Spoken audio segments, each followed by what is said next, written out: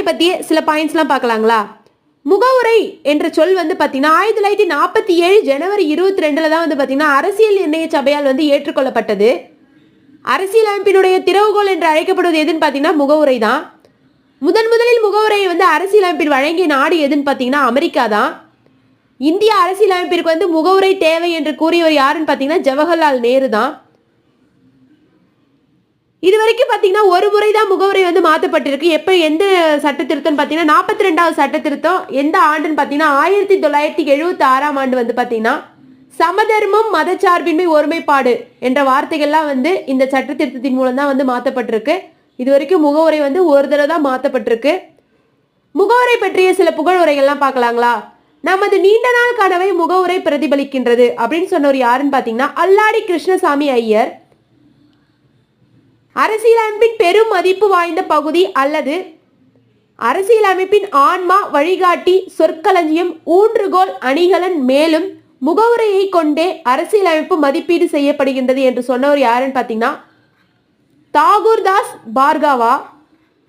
இவர் தான் வந்து பார்த்தீங்கன்னா அரசியலமைப்பினுடைய ஆன்மா சொற்களஞ்சியம் ஊன்றுகோல் அணிகலன் முகவுரையாகும் என்று சொன்னவர் யாருன்னு பார்த்தீங்கன்னா தாகூர்தாஸ் பார்கவா.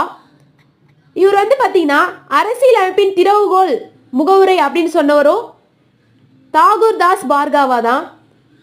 வழக்குகளின் சொர்க்கமே முகவுரை அப்படின்னு சொன்னவர் யாருன்னு பார்த்தீங்கன்னா சர் வில்லியம் ஐவர் ஜென்னிங்ஸ் தான் சொல்லியிருப்பாரு. வழக்குகளின் சொர்க்கமே முகவரை சொன்னவர் யாருன்னு பார்த்தீங்கன்னா சர் வில்லியம் ஐவர் ஜென்னிங்ஸ். அரசியலமைப்பின் அடையாள அட்டை போன்றது முகவுரை யார் சொன்னாங்கன்னு பார்த்தீங்கன்னா N.A. பல்கிவாலா சொல்லியிருப்பாரு. அரசியலமைப்பின் அடையாள அட்டை போன்றது முகவுரை அப்படின்னு சொன்னவர் யாருன்னு பார்த்தீங்கன்னா N.A. பல்கிவாலா. நமது இறைமை வாய்ந்த மக்களாட்சி குடியரசின் ஜாதகமே முகவுரை என்று சொன்னவர் யாருன்னு பார்த்தீங்கன்னா முன்ஷி. நமது இறைமை வாய்ந்த மக்களாட்சி குடியரசின் ஜாதகமே யாருன்னு சொன்னு பார்த்தீங்கன்னா முன்ஷி சொல்லியிருப்பாரு, K.M. முன்ஷி.